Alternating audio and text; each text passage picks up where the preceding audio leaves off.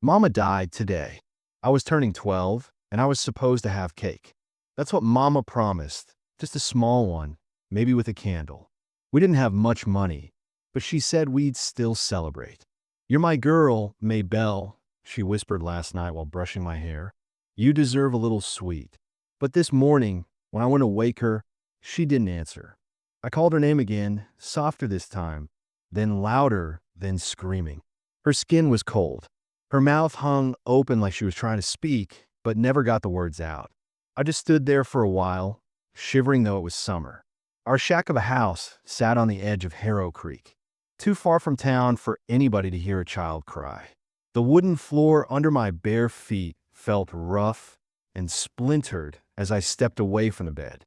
Outside, the sky looked like any other July morning, bright blue, hot wind, sun poking through the old curtain scraps we had for windows. Nothing felt different, but everything was. I didn't know what to do. I'd never seen a dead person before, let alone touched one. I thought maybe she was just sleeping heavy. Maybe if I waited, she'd wake up and laugh at me for being so dramatic. But time passed, and she didn't move. Not when the rooster crowed. Not when the shadows slid across the wall. Not even when the flies started coming in. I sat by her side until noon, holding her hand. It was stiff. Her fingers looked like they were made of clay. Then the panic set in, deep low like thunder far off. What now? I had no papa. Mama never talked about him. Just shook her head when I asked. There was no one else. I was 12 and alone. I wandered outside, knees trembling, trying not to think about how quiet she was. Our yard was mostly dirt, nothing but 2 chickens and a patch of corn that barely grew. I stared down the road that led to town, way off past the dry fields and the river bend. It looked too long to walk, but I started anyway. I left Mama in bed, covered her with the old quilt she'd stitched when I was little. I didn't say goodbye. Dust kicked up around my feet as I walked. The road felt hotter with every step, like it wanted to burn me up too. My legs ached. My mouth got dry. I didn't bring water or food. I didn't think about it. I just walked. No one stopped. A few wagons passed, but folks around here don't stop for barefoot girls with torn dresses and wild eyes. They look the other way, like if they don't see your pain, it don't exist. By the time I reached the edge of town, the sun had dropped low. My stomach growled loud, and my head felt like it was floating. I didn't go straight to the sheriff. I didn't trust men in badges. Mama said most of them only protect folks with land and money. We had neither. So I just stood on the boardwalk, staring at the saloon's swinging doors. It looked loud in there. Music, laughter, boot stomping. I felt like a ghost outside it all. Then I saw him. He wasn't like the other cowboys. He didn't wear the same cocky smile or walk with swagger. He leaned against a post, hat low over his eyes, arms crossed like he was guarding something. Something quiet. Something hurt. He looked up, saw me watching him, and didn't look away. "You lost?" he asked, voice low and gravelly. I nodded. He walked over slow, crouched down so his eyes were level with mine. "Where's your folks?" I opened my mouth, but nothing came out. Just a sob. The kind that builds in your throat like it might tear you open. His face changed. Not shocked, not annoyed, just soft. Real soft. He pulled out a canteen and held it toward me. "Drink first," he said, "then talk." I drank, water spilling down my chin. It was warm, but felt like heaven. "She's gone," I whispered. "Mama died. Today." He didn't say anything right away. Just stood up straight and looked off down the road like he could see all the way back to my house. Then he sighed, deep from the chest. "Where do you live?" "Out by Harrow Creek. The old shed house. No one else there." He nodded slow, like he already knew the place. "You got anyone in town?" I shook my head. He scratched his beard and looked back at the saloon. "Wait here." I watched him walk inside. Loudness spilled out, and I flinched. But when he came back out, he was carrying a cloth bundle and his saddlebag. "Name's Colt," he said. "Come on. You ain't sleeping on the street tonight." I didn't argue. I was too tired, too hollow. He led me to his horse, lifted me up gentle like I was made of paper, and climbed on behind me. The road to wherever he was taking me felt quiet, even though the crickets had started their song. His cabin sat past the ridge, tucked behind a line of cottonwoods. It wasn't big, but it looked solid, like the wind couldn't knock it down. He helped me off the horse and opened the door. Inside smelled like with smoke and leather.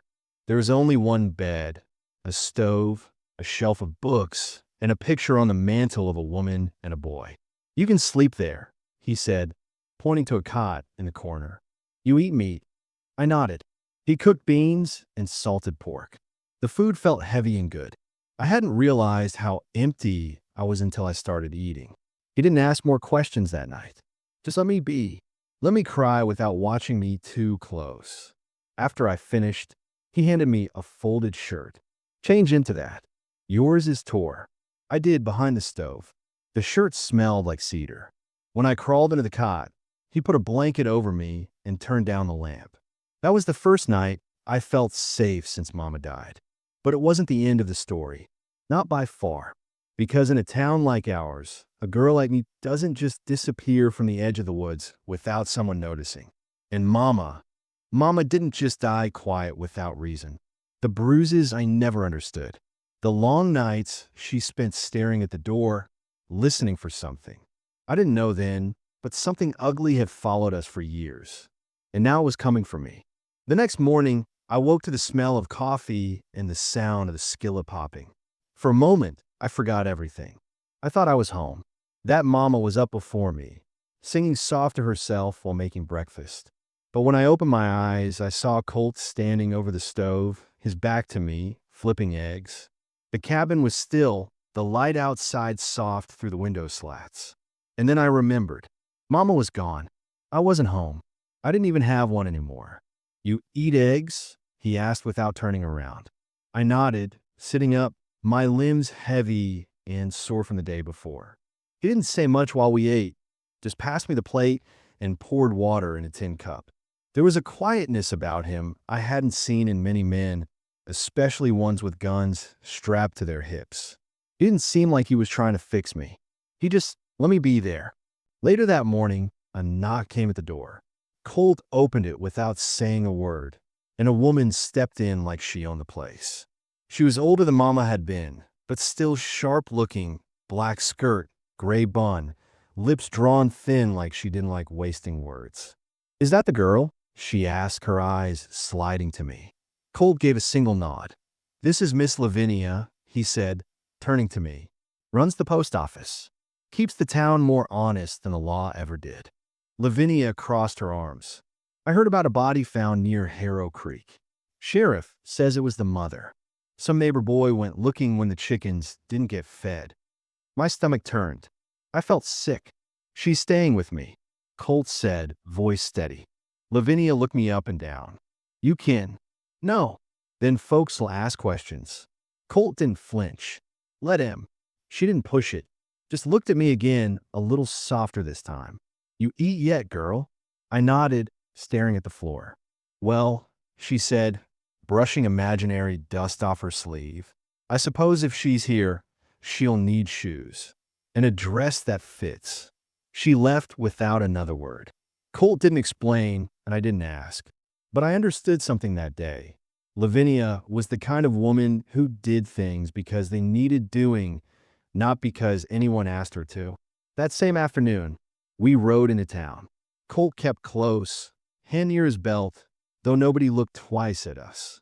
Town was loud. Men shouting over horses, women gossiping by the mercantile, kids chasing dogs. I didn't like the way some folks looked at me. Pity in their eyes. A couple whispered when they saw Colt and me together. I try not to hear, but I did. "That her. He's got her in his cabin," I heard. "Another stray, probably." Colt didn't react. He walked me straight to the general store. Inside, a tall woman with ginger hair and kind eyes greeted us. "Colt," she said warmly. "Didn't expect to see you till next month." He stepped aside so she could see me. Her smile faltered for just a second. "Ah, so you're the girl. Heard something awful happened." I nodded, not sure what to say. "This is Nora," Colt said. "She'll fix you up." Nora helped me try on a cotton dress the color of wildflowers and shoes that didn't pinch. She even found a ribbon for my hair, though I wasn't sure why that mattered. It felt strange to have someone fuss over me. Mama never had the time or money. It made something inside me ache, deeper than hunger. Before we left, Nora leaned in close. Colt's a good man. Lost a son not long ago, and a wife before that. He don't say much, but he's not as hard as he looks. I didn't know what to do with that information, so I just nodded again. Back at the cabin, I asked Colt about his son. He didn't answer right away, just sat on the porch, staring out the hills. Name was Eli, he said finally. Died in the fever last fall. He was about your age. That was all he said, but it was enough. The way his voice caught, just barely, it told me everything. He wasn't taking care of me because he felt sorry. He was doing it because something in him was broken, too. That night, I slept without crying. But not everything was as calm as it seemed. The sheriff came by 2 days later. Sheriff Cale was the kind of man who always looked like he was smelling something foul. Tall, wiry, with sharp features and yellow teeth. He didn't come inside, just stood on the porch, talking low with Colt while I peeked through the window. Heard the girl's here, he said. She is. You gonna adopt her? Colt didn't answer. She don't got a father, the sheriff continued. And I know her mama. Knew her back when she worked the saloon. That kind of woman don't just drop dead on her own. I pressed my fingers to the windowsill. My heart thudded. Got a cause of death yet? Colt asked. The sheriff shrugged. Doc says it looked like poison. Real quiet kind. Could have been self-inflicted. Or not. Could be she pissed someone off. Colt didn't say anything, but his jaw tightened. Just saying, Cale went on, a girl like that might be carrying secrets she don't even know about. He left without another word. That night, I couldn't sleep. Poison. I kept hearing that word in my head. Mama hadn't seemed sick. She'd been tired, sure, but she was always tired. Now, I pictured someone slipping something into her tea, something that made her quiet and cold and still. I didn't say anything to Colt. I just lay there and listened to the wind tapping against the cabin walls. The next morning, Lavinia came back. She brought a folded paper and handed it to Colt. What's this? He asked. Letter came in yesterday, from a man in Abilene. Says he might be kin to the girl. Colt opened it, read it over. His brows pulled tight. What's it say? I asked. He didn't answer right away. Then he said, man claims to be your uncle. Says he's willing to take you in. My stomach dropped. I don't know no uncle. I whispered. Colt looked at me hard. You sure? I nodded. Mama never talked about family. Sometimes they got reasons for that, Lavinia said. Her voice was sharp, like she didn't trust any of it. Colt folded the letter and slipped it in his coat. We'll see, he muttered. The next few days, something changed. Colt started locking the cabin door at night. He checked his rifle more often. He let me ride his horse in the field, trying to teach me how to steer and keep balance. But I could tell he was watching the tree line more than he was watching me. I asked him once if he thought someone killed Mama. He didn't answer.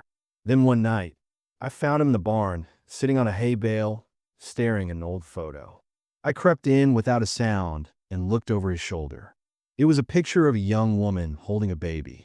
Your wife? I asked. He nodded. She was sweet, he said, voice rough, but sad. Real sad. I didn't see how far it went until it was too late. I sat beside him. Some folks carry pains so quiet, it don't come out till it's choking them. We sat in silence for a long time after that. There were pieces missing in the story of my mama's death.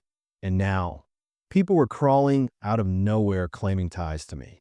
The sheriff smelled blood, and Lavinia didn't trust anyone. Colt was hiding something too, something about his past, maybe about my mama's. I didn't know if I could trust anyone fully. But I knew this much. Someone wanted me gone or hidden. And I was going to find out who. It started with the dog. Colt didn't own one, so they barked too much and draw attention. But one morning, just after dawn, a thin mutt with patchy fur showed up at the edge of the yard. It wouldn't come close, just stood there, watching. Colt tossed a rock to scare it off, but it didn't run. Just stared. I watched it too. Something about its eyes made my skin crawl. It was gone by noon, but the feeling it brought stayed with me. Later that day, Lavinia came by with a face like storm clouds. "There's been a fire," she said. "Old house out by Harrow Creek. Burned down to the foundation. Sheriff says it was squatters. I knew that house. It sat across the creek from ours, abandoned for years. I used to imagine a family living there once, children laughing on the porch, a mother hanging clothes. Now it was ash. Squatters didn't light that fire," Colt said, quiet. Lavinia nodded. "No, someone wanted something erased." That night, I sat outside long after Colt went to bed, hugging my knees and staring into the dark trees. Someone was getting closer. First Mama, then the house. Someone was trying to wipe something clean. The next morning, the letter came. Not another one from the so-called uncle. This one was for me, folded small and slipped under the door. I found it when I went to sweep the porch. There was no name on it, just a sentence written in a careful, shaky hand. "Your mama took something that didn't belong to her. It's your problem now." I showed Colt. He held it between his fingers like it might bite him. Then he burned it in the stove without saying a word. But from that point on, he stopped pretending this was just about a dead woman and a stray girl. He started sleeping lighter, shotgun near his bed. He rode into town every other day, asking quiet questions and coming back with tighter eyes. One evening, while he was gone, I wandered out back, picking wildflowers to press in a book. I almost didn't see the man.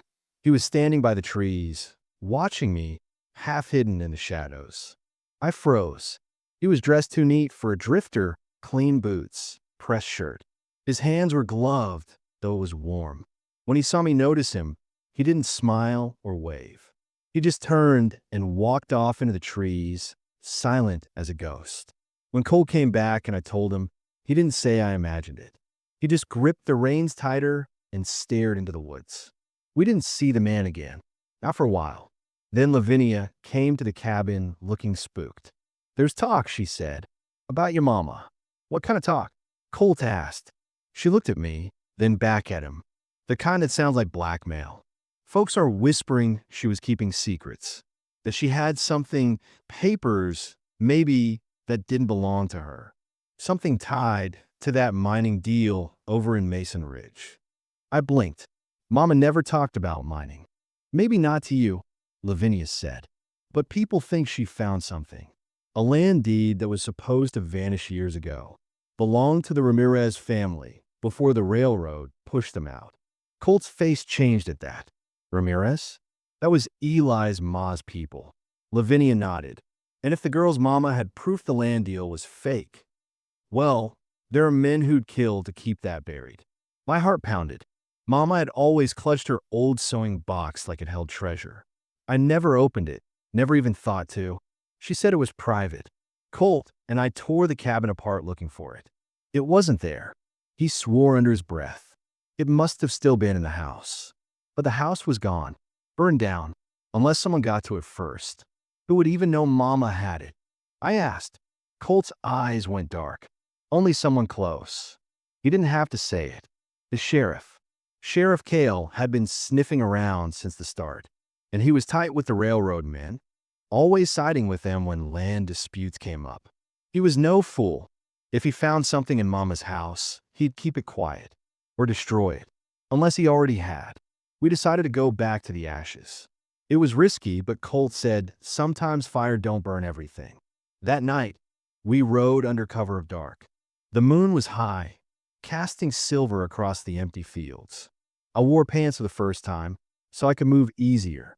Colt handed me a small revolver. It felt heavy in my pocket. The house was black and rubble. Smoke still clung to the air. We dug through what we could, our hands black with soot. There were no papers, no box, just scorched wood and melted glass. Then I found it, buried under a beam. A locket, Mama's, the one she always wore, but never let me touch. Inside was a photo of a man I didn't recognize, and behind it, a piece of folded parchment tucked so carefully it took me minutes to get it loose. It was a map, hand-drawn, with markings I didn't understand. But Colt did. This, he whispered, this is part of the Ramirez land. Why would Mama have it? She was trying to protect you, he said. Or maybe trying to get justice for someone else. Just then, we heard a branch snap. Colt stood fast, gun drawn. I ducked behind the beam. A voice came from the dark. Come, Colt. You should have stayed gone, Colt. It was Sheriff Cale. He stepped out from the trees, rifle in hand, two men behind him.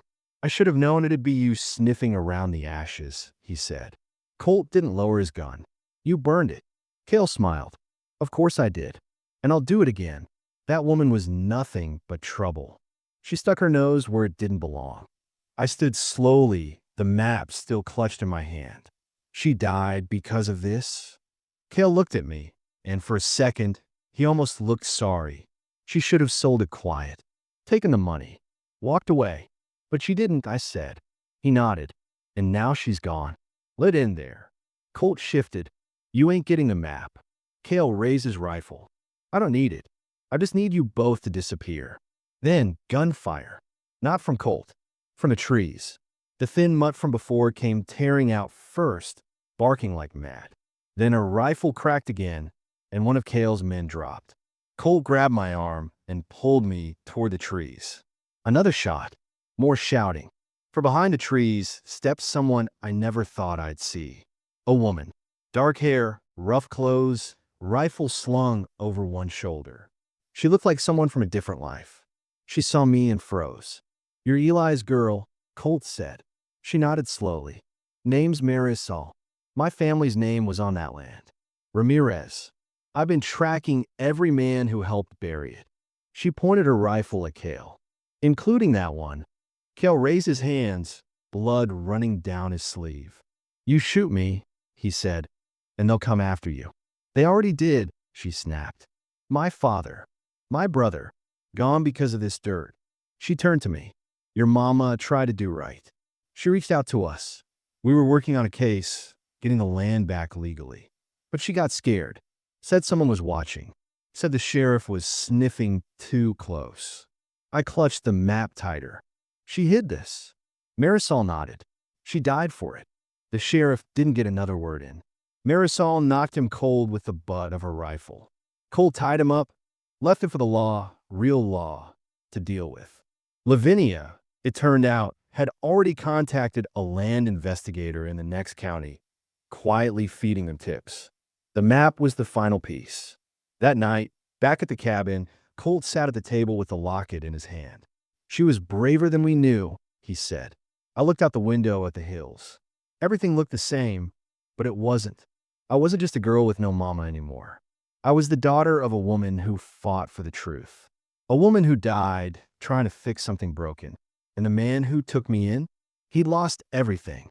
His wife, his boy, but he still stood between me and the dark. That didn't make him my father. Colt didn't talk much after what happened at the burn house. Not at first. He rode out early, came back late, sometimes with mud on his boots and a new scar or scratch that he wouldn't explain. I could feel something pulling at him, something quiet and mean. And maybe it wasn't just about the sheriff or the map. Maybe it was about the things we don't say out loud. Grief, guilt, the kind that clings to your bones no matter how many times you try to shake it loose. I kept the map hidden, wrapped in oilcloth, buried beneath a floorboard in the cabin. Colt said the investigator Lavinia contacted was on his way, that everything would be settled once he arrived. But I didn't trust peace that came too easy. Mama taught me better than that.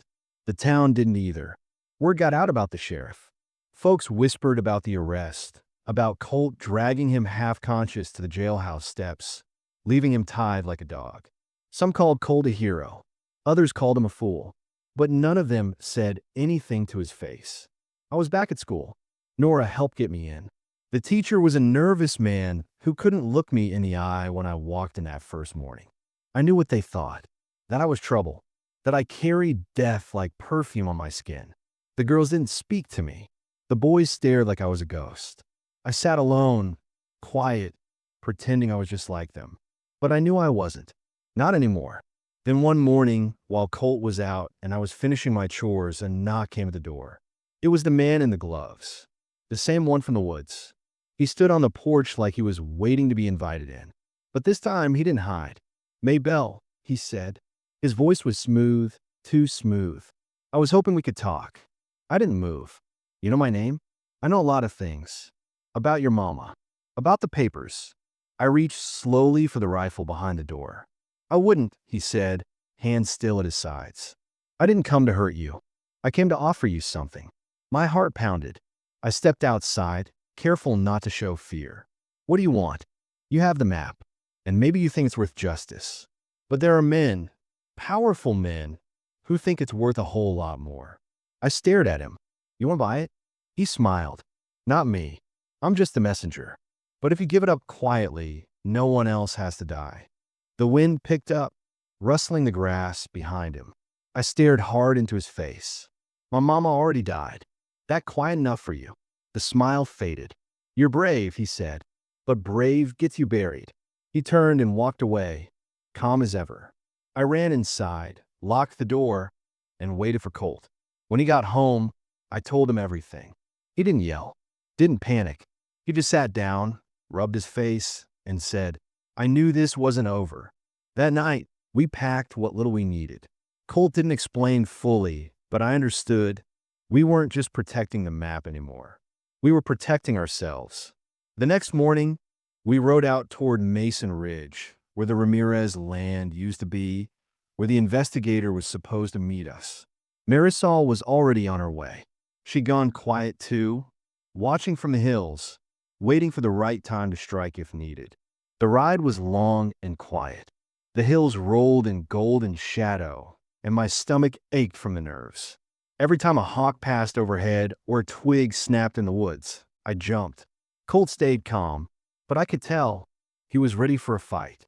We reached a small mining camp just before dusk. The place looked abandoned, half of it boarded up. That's where Colt said we'd wait. The investigator, James Calder, was due by sunrise. We didn't make it to morning. They came in the middle of the night. 3 men, dark coats, quiet boots. Colt had set traps, though, and we heard the first one yelp as a tripwire pulled his leg clean out from under him. Colt was on his feet in seconds, gun drawn, handing me mine with a look that said, if I fall, run. They didn't come to talk, didn't call out first, just open fire. Colt shoved me behind a crate and returned shots, fast and sharp. I didn't know where to aim, but I pulled the trigger when I saw a shape move. The gun's kick nearly knocked me over. My hand was shaking, eyes full of dust and smoke. It didn't last long. 1 man went down. Another ran. The third? Colt caught him in the shoulder, dragged him into the lantern light. Who sent you? He growled. The man spat blood. You already know. Colt pressed the barrel to his chin. Say it. Railroad, the man hissed. They want the deed gone. The girl quiet. You buried. Colt stepped back and tied the man's hand with twine. We left at dawn, dragging the wounded man with us. We met Marisol just outside town. She'd been tracking the same man from another angle. Her eyes were dark with fury when she saw the prisoner. This ends now, she said. The investigator arrived late, dusty and tired but sharp-eyed. Calder was younger than I expected, glasses sliding down his nose, papers falling from his satchel. But when he saw the map, his whole face changed. This is real, he said. This could change everything. We gave him the signed records Mama had hidden, proof of the false land seizure, names of men involved, and now the map to tie it all together. With Marisol as a direct heir and me as the daughter of the woman who tried to bring it to light, Calder said we had enough for a case. Maybe more, but a case wasn't protection. Not yet. That night, I sat with Colt on the edge of the ridge. The moon was pale, the wind sharp. I could feel the weight of it all settling on my chest. If we win, I said, do we get to go back to normal? Colt shook his head. There ain't no normal after this. Just a new kind of quiet. You think Mama knew? He nodded slowly. She knew it'd catch up to her. She just hoped she'd buy you enough time. I wiped at my eyes, trying not to cry. I don't want her to be just another woman who died alone. She wasn't, Colt said. She left something behind. A fight worth finishing. I leaned into him.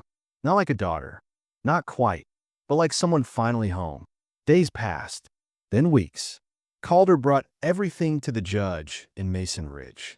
The sheriff's replacement, an old friend of Lavinia's, put out warrants. Landmen were called in. Folks who once laughed at Mama's name now looked at her with something like respect. Or maybe fear. The man in the gloves disappeared. Colt said he'd likely run east or gone underground. But even if he came back, I wasn't scared like I used to be. Not anymore. Colt built a second room onto the cabin. Said he figured I'd want my own space now. I helped with the nails. He showed me how to carve names into wood. I carved Mama's on the windowsill where the morning light hits first. I still think of her every day. Sometimes I talk to her out loud, tell her what's happened, how the wildflowers are blooming again, and how Colt still burns the beans no matter how careful he says he's being. Sometimes I dream of that morning, her lying so still. But when I wake up now, I'm not lost. I'm angry, and I'm not alone. The truth is, Mama's death didn't just tear a hole in me. It lit a fuse. And now, everything she carried in silence, the secrets, the fear, the quiet courage, it's mine to carry forward. People still talk. Some call me trouble. Others call me brave. But I'm neither. I'm just a girl who survived. And I'm not done yet. The investigator's case made it as far as the district court in Mason Ridge before everything came crashing down. Calder was sharp, persistent, and honest, which made him dangerous to the wrong people. He had the deed, the map, the names. He even had two statements, mine and Marisol's, confirming what my mama had told us before she died. But paper alone doesn't always win against power. And in Mason Ridge, power still came with a crooked smile and a firm handshake behind closed doors. A week before the court hearing, Calder was found half dead in a ditch outside town. His satchel was gone. His jaw was broken. The map, our only original proof, vanished. Colt and Marisol brought him back to the cabin. He couldn't talk, but his eyes told us everything. Someone had gotten to him, not just to scare him, but to silence him. That night, Colt sat at the table staring at the fire, his face set in a way I hadn't seen before. His shoulders looked heavier, like the weight of everything. Mama's death, the threats, the map, the railroad men, had finally settled square on his back. "They're going to bury this," he said, just like they always do. "Burn the evidence. By the law.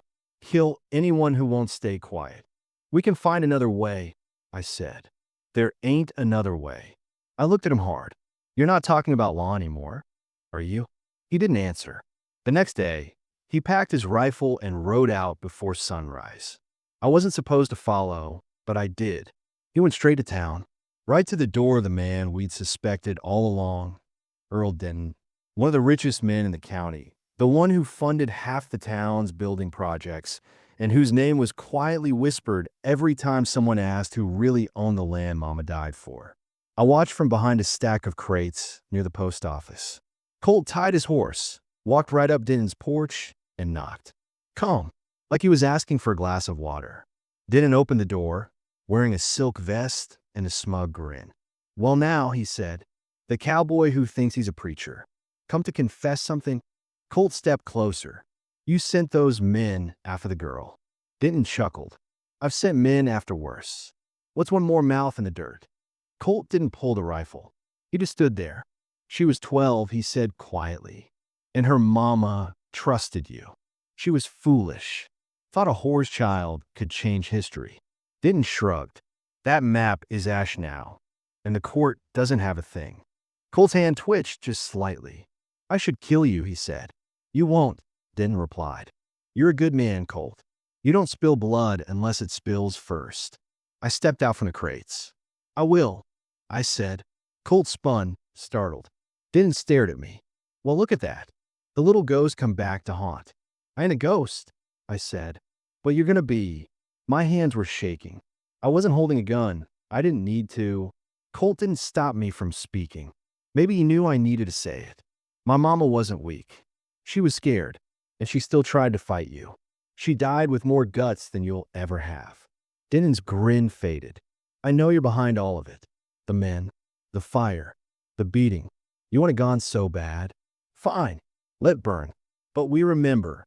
Colt stepped forward again, close enough that his voice dropped to a whisper.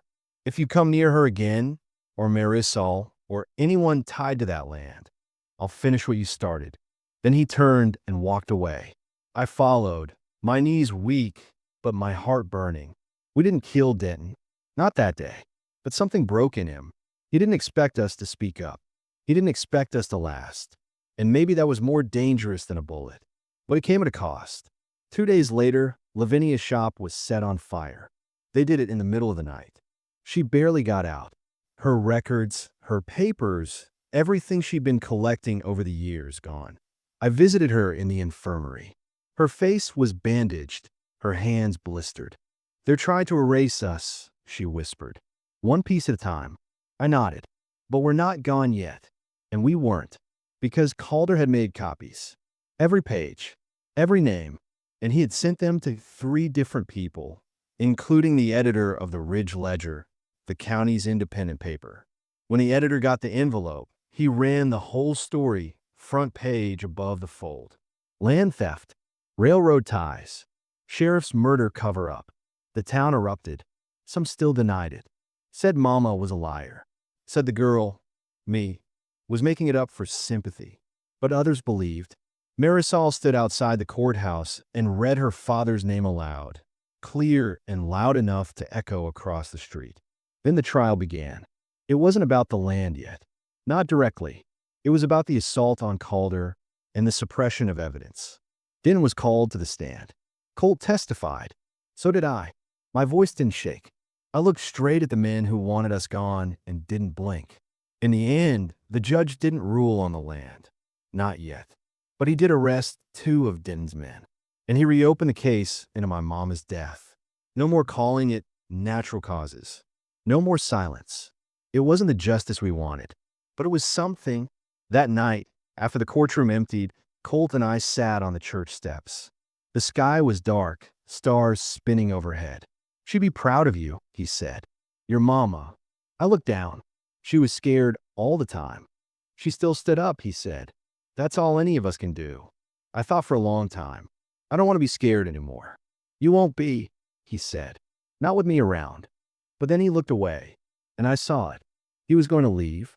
I felt it deep in my chest, the way you feel a storm coming. "You're not staying, are you?" I asked. He didn't answer for a while. "I came out here for peace," he said. "Buried a son, lost a wife, and found myself standing next to another grave." "You didn't find peace," I said. "You found me."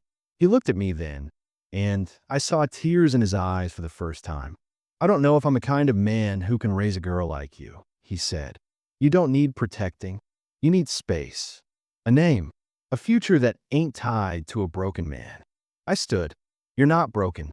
You're just scared." His jaw tightened. "Maybe." Then I did something I hadn't done since Mama died. I hugged him. Full on.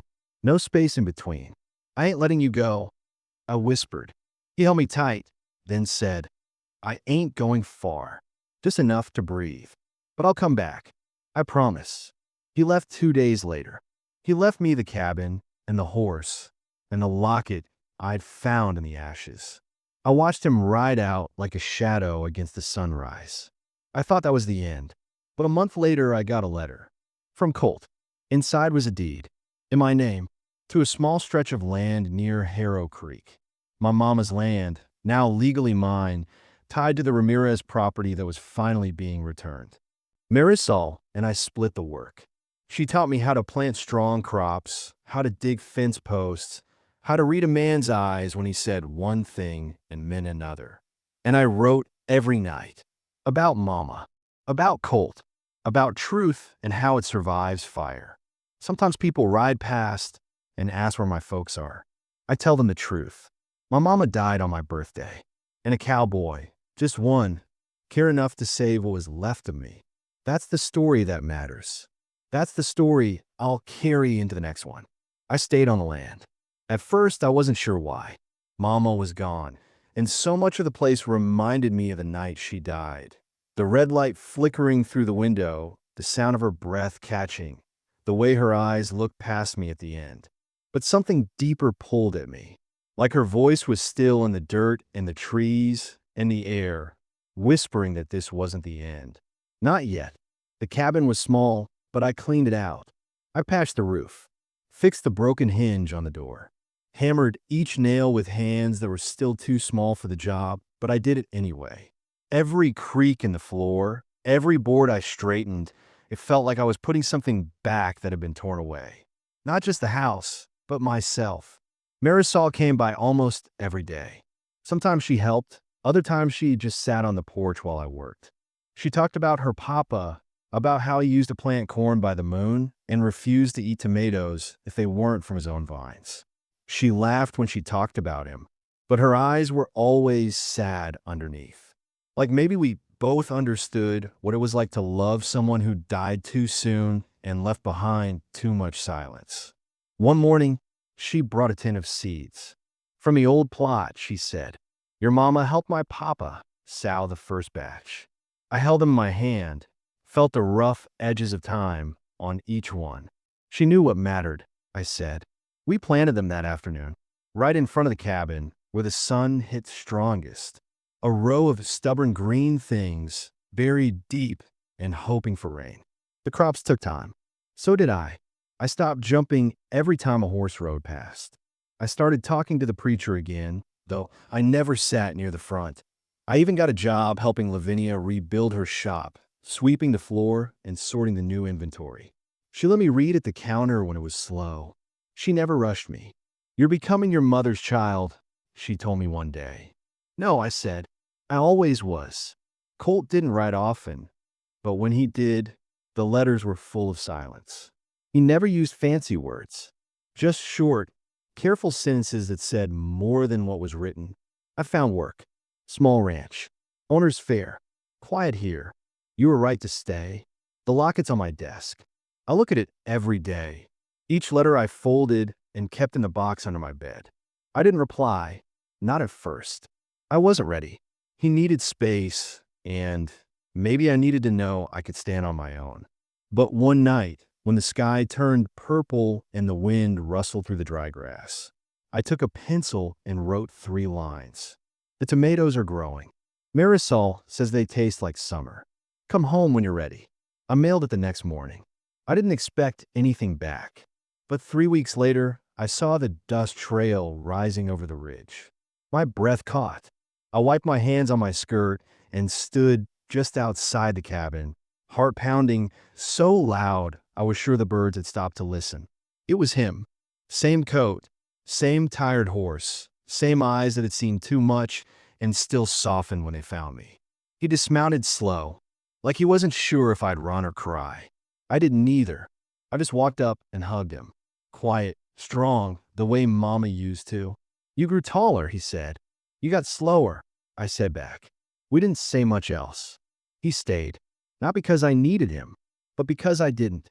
There was peace in that, the kind that comes after a storm, when the sky still smells like lightning, but everything's standing. Some nights, we'd sit on the porch, watching the sky melt into gold. He'd smoke his pipe, and I'd read aloud from Mama's old journal. She'd written things I didn't understand as a child, about being alone, about fear, about the grit it takes to raise a daughter when the world's against you. "She was braver than me," I said once. "No," he said. "You both were brave in different ways." I think he meant it. I think he saw her in me. And sometimes I did too. Years passed. Marisol married a schoolteacher from Barton Springs and stayed nearby. She had 2 boys, both dark-haired and wild. I watched them grow, watched them run through the fields I once wandered barefoot, carrying pain too big for my age. Lavinia got old. I helped her close up the shop when her hands began to shake. She gave me the deed and said, "Keep it going or burn it down. Just make it yours." I kept it going because Mama never had a chance. Colt stayed until he couldn't ride anymore. We buried him under the hill, next to the pecan tree where he once carved a cross into the bark. I didn't cry the day we lowered him into the ground. I had cried too many tears in this life. What I felt then wasn't sadness. It was gratitude. He saved me, not with a gun or a fight, but with his staying, his silence, his belief that I was worth the effort. I carved his name in stone myself. Colt Avery, a good man, a second chance. Years later, I'd walk the edge of the property, the land stretching wide and free, the sun warming my shoulders. Sometimes a traveler would pass through and ask, "Is this the old Ramirez land?" I nod and say, "It's mine now." They'd look surprised. Maybe because I didn't look like a landowner. Or maybe because they didn't expect a girl with scars to grow into a woman with roots. But I had. And I had learned one thing. Tragedy don't end a life. It shapes it. Mama dying on my birthday could have been the thing that broke me. But instead, it became the reason I fought harder. The reason I listened more. The reason I knew what love looked like. Not just in words, but in actions. In staying. In holding space for pain and letting it bloom into strength. That land didn't give me peace. It gave me a story. A story full of ghosts and fire and dirt and forgiveness. And I carried it always. Because some stories aren't meant to be buried. They're meant to be told.